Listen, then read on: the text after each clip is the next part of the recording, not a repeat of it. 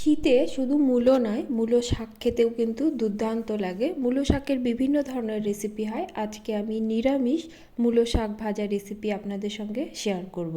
আশা করি আপনাদের ভালো লাগবে। ভিডিওটি ভালো লাগলে লাইক কমেন্ট করবেন এবং সাবস্ক্রাইব করে পাশে থাকবেন। এই অনুরোধ রেখে আমি মূলো শাকগুলো বেছে নেব। মূলো শাকের শক্ত ডাঁটিটা কিন্তু বাদ দিয়ে দিতে হবে, শুধুমাত্র নরম পাতাগুলোই নিতে হবে। ভালো করে ঝুরি করে বানিয়ে নেব। মূলো শাক কিন্তু একটু শক্ত হয়, তাই আমি ভাপিয়ে নেব। জলের পরিমাণটা একদম অল্প দিয়ে মূলো শাকটা আমি ভাপিয়ে নেব। দেখুন আমার কিন্তু ভাপানো হয়ে গেছে। এবার নামিয়ে রেখে কড়া বসিয়ে দেব। দিয়ে দিব সর্ষের তেল। যে কোনো শাক ভাজা কিন্তু সর্ষের তেলেই ভালো হয়। তেলটা গরম হলে বেশ কিছুটা বিউলির ডালের বড়ি আমি এখানে ভেজে তুলে নেব। আপনাদের পছন্দ মতো বড়ি নিতে পারেন। ফোড়নে দেব কালো জিরে এবং শুকনো লঙ্কা।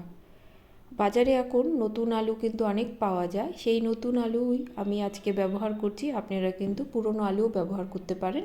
সেই আলুটা দিয়ে একটু লাল লাল করে ভেজে নেব। আলুটা ভাজা হলে সেদ্ধ করে রাখা শাকটা দিয়ে দেব।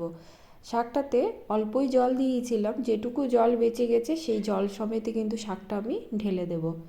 দিয়ে দেব পরিমাণ মতো নুন আর দেব হলুদ।